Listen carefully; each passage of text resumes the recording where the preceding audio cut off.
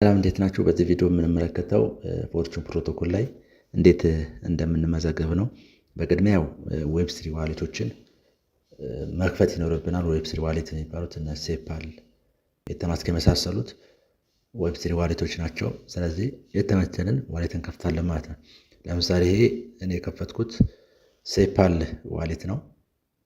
ስለዚህ ሴፓል ዋሌት ክሬት ታደርጋላችሁ ማለት ነው። 12ቱንም ቃላት በደንብ ጽፋችሁ መያዝ አለባችሁ። ዌብ3 ዋሌት እንዴት ይከፈታል የሚለው ከዚህ በፊት የሰራነው ቪዲዮ አለ፣ እሱን መመልከት ትችላላችሁ። ዌብ3 ዋሌት ሴፓል ከከፈትን በኋላ BNB የተወሰነ ያስፈልገናል። $1 የሚያወጣ BNB ሊሆን ይችላል፣ $2። ያው ሴፓል ላይ ለምናደርጋቸው እንቅስቃሴዎች ፎርቹን ፕሮቶኮል መሰረት አድርጎ የሚሰራው ባይናንስ ስማርት ቼን ላይ ስለሆነ የባይናንስ ኮይን ነው እንደ ጋስፊ የሚያገለግል ማለት ነው። ከዛ በመቀጠል ፎርቹን ፕሮቶኮል ላይ ኢንቨስት የምናደርገው ገንዘብ ያስፈልጋል። እሱን እዚህ ጋር ዲፖዚት እናደርጋለን። ዲፖዚት የምናደርገው በዩኤስዲሲ ነው።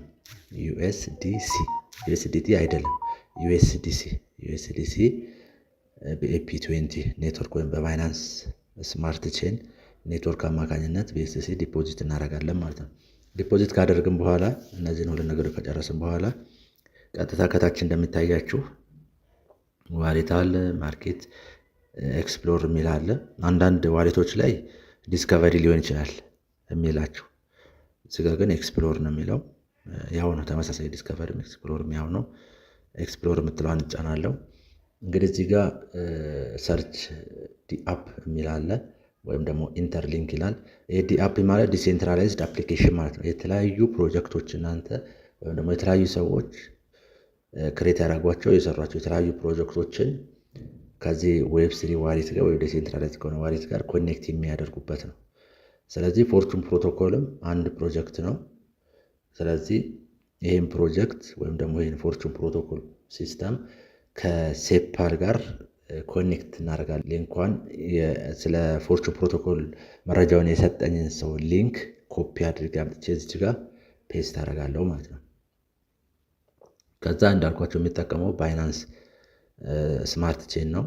BNB ቼን የሚለውን እመርጣለሁ ማለት ነው። ከዛ ቀጥታ እንደዚህ ያመራኛል። ያው ሰርድ ፓርቲ ዲአፕ ምናምን ይላል። ያው ሰርድ ፓርቲ ነው፣ ምክንያቱም ፎርቹን ፕሮቶኮል ያው አንድ ራሱን የቻለ ነው። ሴፓልም ራሱን የቻለ ስለሆነ ያው ሶስተኛ አካል ነው ማለት ነው። ኮኔክት እያደረገን እኛ ሶስተኛ አካል ነን ማለት ነው። አሁን እዚህ ጋር ኮኔክት እያደረገን ያለ ነው፣ ዲፕሎይ እያደረገን ያለ ነው፣ ሶስተኛ አካል ስለሆነ ማለት ነው። ከዛ እንደዚህ ያመጣልናል። ሳይን ቱ ኮንቲኒው ይላል። ሳይን ቱ ኮንቲኒው እንላለን። ከዛ ኮንፊርም አድርጉ ይለናል። ኮንፊርም እናደርጋለን። አይዲያችንን እናስገባ፣ ፓስወርድ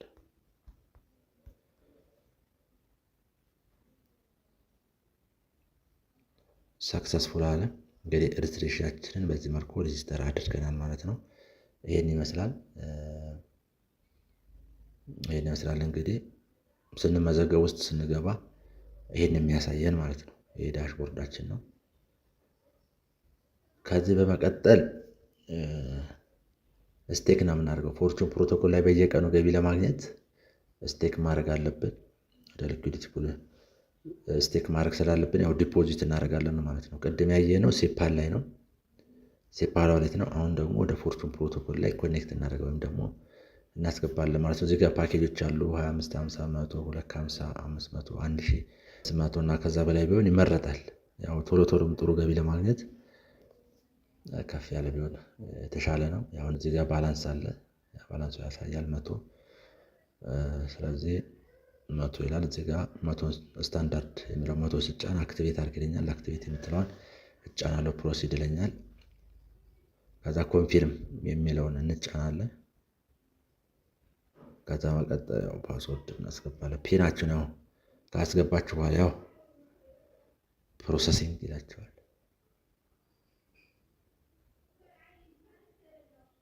ፓኬጅ አክቲቬትድ፣ ፓኬጅ ያው አክቲቬት ሆኗል።